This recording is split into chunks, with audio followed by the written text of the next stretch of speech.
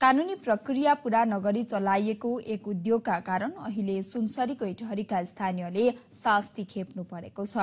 इटहरी 12 स्थित बस्तीको बीचमा चलाइएका उद्योगका कारण शान्ति टोलका बासिन्दाले शास्ति खेप्नु परेको हो। कोशी राजमार्गको खनार सडक खण्डमा हिँड्ने जो कोहीलाई यो धुवाले केही बेर पक्कै असर पार्छ होला। तर यो उद्योगको नजिकै रहेको एउटा सानो बस्ती जसले यही उद्योगका कारण शास्ति भोग्नु परिरहेको छ। वडा कार्यालयमा ध्यान आकर्षण, उद्योग प्रशासनमा गुनासो र विरोध गरेर थाकेका स्थानीय अहिले यही प्रदूषणमा आफ्नो दिन कटाउन बाध्य भएका छन्। कतैबाट सुनवाई नभएपछि थकित उनीहरू यसरी आफ्नो गुनासो पोखेका छन्। पहिला बन्द भएको थियो, हाम्रो ठुलो गाउँलाई असर गर्छ यसको गन्ध हैन, यसबाट निक्लेको धुवाले चाहिँ मान्छेलाई अब धेरैजनालाई रोग लागेको छ, कसैलाई खाँसी, कसैलाई बुखार, कसैलाई के, अनि धेरै शान्ति टोलमा चाहिँ धेरै घरहरूलाई धेरै असर गरेको छ क्या।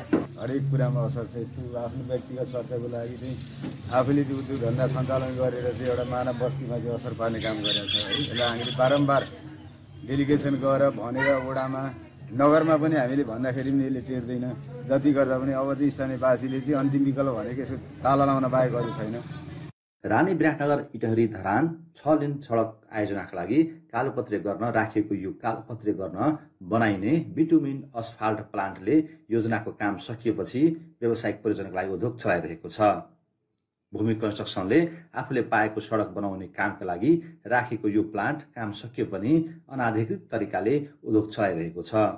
उद्योगले विभिन्न स्थानमा व्यावसायिक प्रयोजनका लागि आफ्नो सामग्री बिक्री गरिरहेको प्रतिनिधि रमेश छेत्री बताउनुहुन्छ। म पनि अब नयाँ मान्छे, मलाई पनि सबै कुरा त थाहा हुँदैन नि त।